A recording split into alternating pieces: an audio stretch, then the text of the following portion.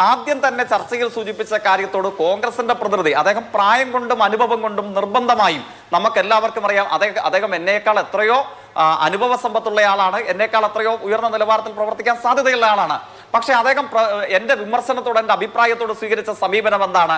കൊജ്ഞാണൻ, താൻ തന്റെ വീട്ടിൽ പോയി പറയണോ, ഇതൊക്കെയാണ് അദ്ദേഹത്തിന്റെ പ്രതികരണം. ആ പ്രതികരണങ്ങൾ കേട്ടിട്ടും അങ്ങ് ചൂണ്ടിക്കാണിച്ചിട്ടും നമ്മളെല്ലാവരും അതിനെ വിമർശിച്ചിട്ടും ഒരക്ഷരം കൊണ്ട് അതിനെ തിരുത്താൻ അദ്ദേഹം തയ്യാറായിട്ടുണ്ടോ? തയ്യാറായിട്ടില്ല.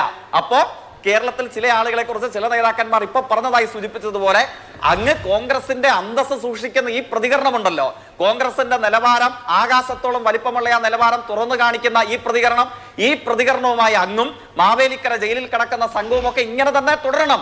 അതാണ് ഞങ്ങളുടെ ആവശ്യം. ഞാൻ അങ്ങേ വിമർശിച്ചില്ലല്ലോ. അങ്ങനെ താനെന്ന് വിളിച്ചപ്പോ വീട്ടിൽ പോയി പറയാൻ പറഞ്ഞപ്പോ ഞാൻ ചർച്ച ബഹിഷ്കരിച്ചു പോയില്ലല്ലോ. കാരണം എന്താണ്?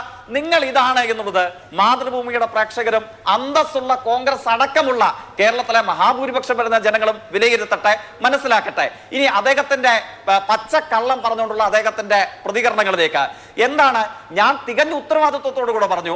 2006 സ്വന്തം മണ്ഡലത്തിലെ പറവൂരിൽ മനക്കപ്പടി സ്കൂളിൽ കേരളത്തിന്റെ ഇന്ത്യയുടെ ആഭ്യന്തര ശത്രുക്കൾ മുസ്ലിങ്ങളും ക്രിസ്ത്യാനികളും കമ്മ്യൂണിസ്റ്റുകാരും ഹിന്ദു സമുദായത്തിൽപ്പെട്ട മതനിരപേക്ഷവാദികളാണെന്ന് പുസ്തകമെഴുതി അവരെ കൊന്നുകളയണമെന്ന് ആഹ്വാനം ചെയ്ത ഗോൾവൽക്കറുടെ മുമ്പിൽ അവരുടെ ജന്മദിനം ആഘോഷിക്കാൻ ക്യാമറാമാനോട് സൂം ചെയ്താൽ പറഞ്ഞു, ജന്മദിനം ആഘോഷിക്കാൻ കുനിഞ്ഞ് നിലവിളക്ക് കൊളുത്തുന്ന വി.ഡി. സതീശൻ ഒന്നാമത്തെ ചിത്രം.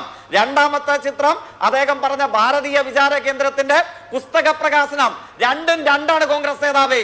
അത് കേരളത്തിൽ അംഗീകരിക്കപ്പെട്ടിട്ടുള്ളതാണ്. ഇത് ആർട്ടിഫിഷ്യൽ ഇന്റലിജൻസ് ഉള്ള കാലമല്ല, NVIDIA മറ്റ് കമ്പനികളുടെയും കാലമല്ല. 2006 ഗോൾവൽക്കറുടെ ജന്മദിനം ആഘോഷിക്കാൻ നിലവിളക്ക് കൊളുത്തുന്ന കേരളത്തിലെ നേതാവ് RSS അല്ല.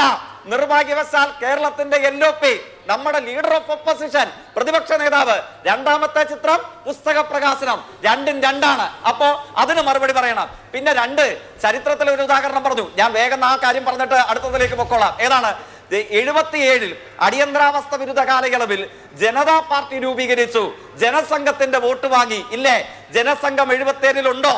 കാര്യഗൗരവത്തോടെ രാഷ്ട്രീയം വിശകലനം ചെയ്യുന്ന ചരിത്രബോധമുള്ള ഏതെങ്കിലും ഒരാൾ, ഒരുവനെന്ന് ഞാൻ പറയുന്നില്ല കേട്ടോ, ഏതെങ്കിലും ഒരാൾ കോൺഗ്രസ് ആഫീസിന്റെ ഏഴയലത്തുണ്ടെങ്കിൽ അയാളെ വിളിച്ച് ചോദിക്കണം, 77 ജനതാ പാർട്ടിയിൽ ജനസംഘം ഉണ്ടോ?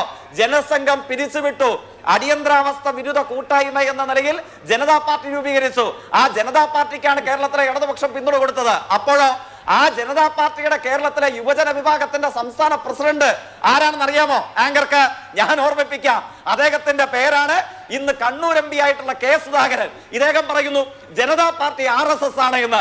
അങ്ങനെയാണെങ്കിൽ ആ ജനതാ പാർട്ടിയുടെ യൂത്ത് വിങ്ങിന്റെ സംസ്ഥാന പ്രസിഡന്റ് K. സുധാകരൻ, അയാൾ മത്സരിച്ച മണ്ഡലം, അദ്ദേഹം തെരഞ്ഞെടുപ്പിൽ സ്വീകരിച്ച സമീപനം എന്തായിരുന്നു? പിന്നെ ജനതാ പാർട്ടിയിൽ ജനസംഘത്തിന്റെ പ്രവർത്തകരുണ്ട്, RSS സംഘത്തമുണ്ട് എന്ന ആരോപണം ഉയർന്നു വന്നു. സുപ്രസിദ്ധമായ തെരഞ്ഞെടുപ്പാണ് 77 ശേഷമുള്ള തലശ്ശേരി ഉപതെരഞ്ഞെടുപ്പ്. തലശ്ശേരി ഉപതെരഞ്ഞെടുപ്പിൽ എന്തായിരുന്നു? കേരളവും രാഷ്ട്രീയ ഇന്ത്യയും ശ്രദ്ധിച്ച പ്രഖ്യാപനം ഉണ്ടായി. RSS സംഘത്തമുള്ള ദ്വയാംഗത്വ പ്രശ്നം ഉയർന്നു വന്നു. RSS സംഘത്തമുള്ളവർ ജനതാ പാർട്ടിയിൽ ഉണ്ടെങ്കിൽ EMSന്റെ പ്രഖ്യാപനം എന്താണ്? ചരിത്രത്തിൽ ആദ്യമായി ഇന്ത്യയുടെ കേരളത്തിന്റെ മണ്ണിൽ ആ പ്രഖ്യാപനം ഉയർന്നു വരുന്നു. RSSന്റെ വോട്ട് ഞങ്ങൾക്ക് വേണ്ട. ഇന്ന് വരെ ഞാൻ അങ്ങേ ബഹുമാനത്തോടു കൂടെ വെല്ലുവിളിക്കുന്നു.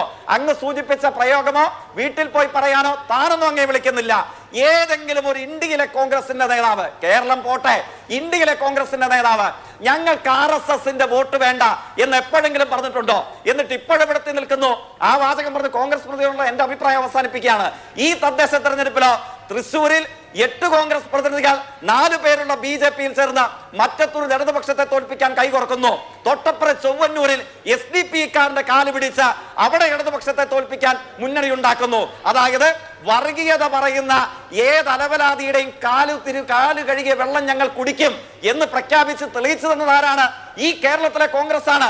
977 നമ്മൾ ഒത്തുചേർന്ന 2026 ഈ തദ്ദേശ തെരഞ്ഞെടുപ്പിൽ മുസ്ലിം തീവ്രവാദത്തിന്റെ മുഖമായി SDPയെ കൂട്ടുപിടിച്ച് ഇടതുപക്ഷത്തെ പരാജയപ്പെടുത്തും. ചൊവ്വന്നൂര് ഭൂരിപക്ഷ വർഗീയതയുടെ മുഖമായിട്ടുള്ള ഇന്ത്യൻ തീവ്രവാദികളായിട്ടുള്ള RSSന്റെ കാല് പിടിച്ച് ഇടതുപക്ഷത്തെ പരാജയപ്പെടുത്തും. മറ്റത്തൂര് മുതൽ ബീഹാർ വരെ ഇന്നലെ വിസ്മയം നടന്ന നാടാ. ആ വിസ്മയങ്ങളെ കുറിച്ചൊന്നും കോൺഗ്രസ് നേതാവ് അറിയുന്നില്ല. എന്നിട്ട് പറയുകയാണ് മതനിരപേക്ഷത. ഏത്? ഗോൾവൽക്കറുടെ മുമ്പിൽ മുട്ടിലിടുന്നയാളുടെ മതനിരപേക്ഷത.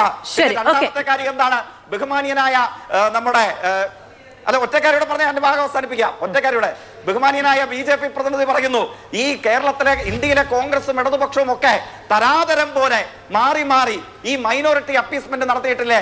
അല്ലേ? കൊള്ളാം, നല്ല വാദമാണ് ബഹുമാനപ്പെട്ട BJP നേതാവേ, നല്ല വാദമാണ്.